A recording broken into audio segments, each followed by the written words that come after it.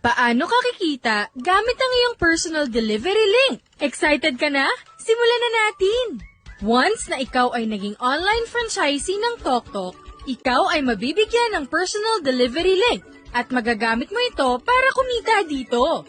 Ito ay pupwede mong i-post at isend sa iyong friends, family at mga kakilala para by the time na mag-book sila ng deliveries gamit ang link mo, automatically sa iyo papasok ang 3% ng delivery fee nila. Yes! Kumikita ka kahit nasa bahay ka lang hanggang may nagbo-book gamit ang link mo.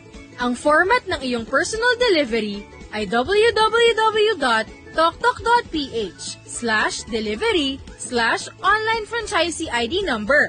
Halimbawa, ang iyong online franchisee ID number ay 1234567. Ganito ang iyong ibibigay: www.toktok.ph/delivery/1234567. Once i-click nila ang iyong personal delivery link, ay mapupunta siya sa booking site ng TokTok. Pwede niyang piliin kung ASAP ba o scheduled ang booking na gagawin niya. I-type ang pickup location, kasama ng pangalan ng sender at kanyang contact number. Ilagay na rin ang landmark. Sunod ay drop-off details, address kung saan i-deliver, pangalan ng recipient, contact number at landmark sa area. Piliin kung kanino marireceive ng rider ang payment at ilagay kung anong item na iyong ipapadala. Lalabas ang delivery fee at kung okay na ay pwede nang i-click ito.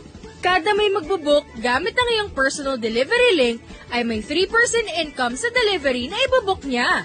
Ang lahat ng income mo ay papasok sa inyong wallet. Ang cut-off ay tuwing Tuesday to Monday at pwede mong ma-encash tuwing Wednesday.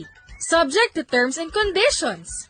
O diba, walang kahirap-hirap kumita dito sa TokTok. Kaya naman isend at i-post mo na ang iyong personal delivery link para mas maraming makinabang sa magandang serbisyo ng TokTok.